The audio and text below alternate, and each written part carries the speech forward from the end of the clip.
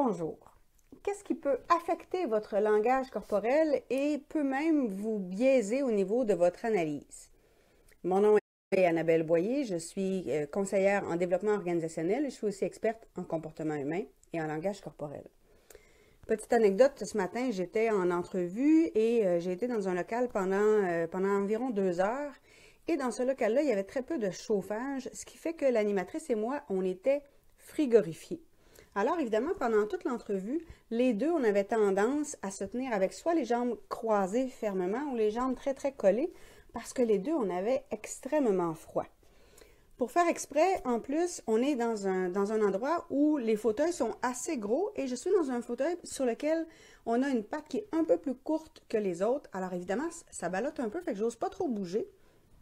Et moi, je fais face aux portes de l'extérieur et je me rends compte à un moment donné qu'on entend de la musique et du coin de l'œil, je vois des gens qui sont en train de faire des travaux, sont habillés en orange et les gens dansent. Alors évidemment, moi, il faut que je focalise mon attention sur l'animatrice, sauf que je vois bien dehors qu'il y a des gens qui sont en train de danser sur le trottoir, donc évidemment, c'est un peu déconcentrant. Et souvent, quand on analyse le langage corporel, on oublie de regarder l'environnement. Et l'environnement peut modifier beaucoup le langage corporel. L'exemple de ce matin en était un. J'avais froid, j'étais sur un fauteuil sur lequel je ne devais pas trop bouger et j'avais une distraction un peu plus loin. Donc, ce sont tous des éléments dont il faut tenir compte quand on fait l'analyse du langage corporel.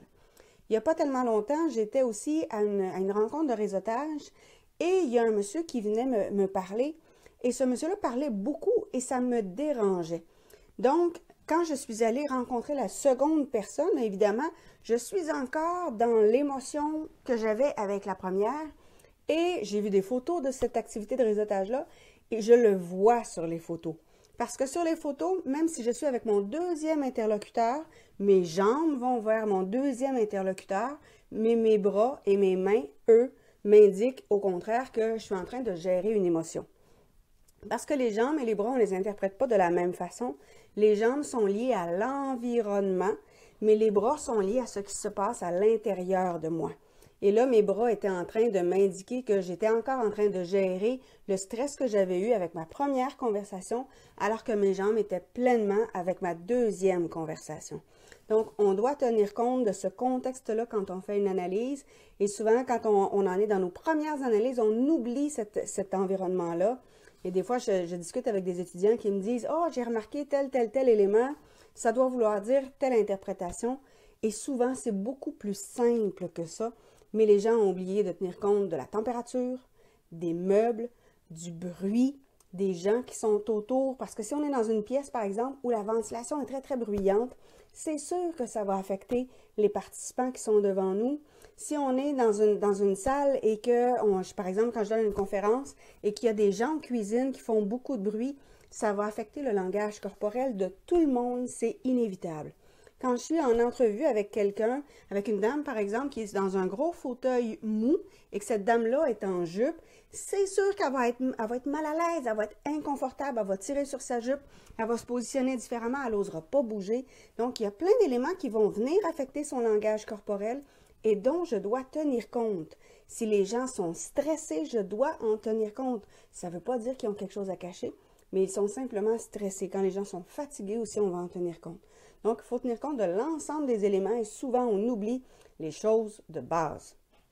La température, les meubles, le bruit, les gens qui sont autour, les gens qui peuvent vous distraire.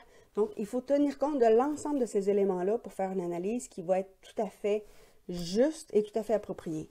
Quand j'ai fait mon bac en génagogie, souvent, on nous disait qu'on devait observer les positions des gens dans une réunion parce que les gens ont tendance à s'asseoir toujours aux mêmes endroits. Quand on est à l'aise avec quelqu'un, on va s'asseoir à côté de lui. Quand on est davantage en confrontation avec quelqu'un, on va s'asseoir en face de lui. Et ça doit faire partie de l'analyse du langage corporel. Parce qu'évidemment, il y a aussi le fait que si on est assis dans les bouts de table, les autres, inconsciemment, nous donnent à ce moment-là un statut d'animateur, un statut d'autorité, et ça va transparaître dans le langage corporel et des participants et des gens qui sont au bout de table. Et c'est toujours intéressant de voir qui s'assoit complètement à l'opposé de qui.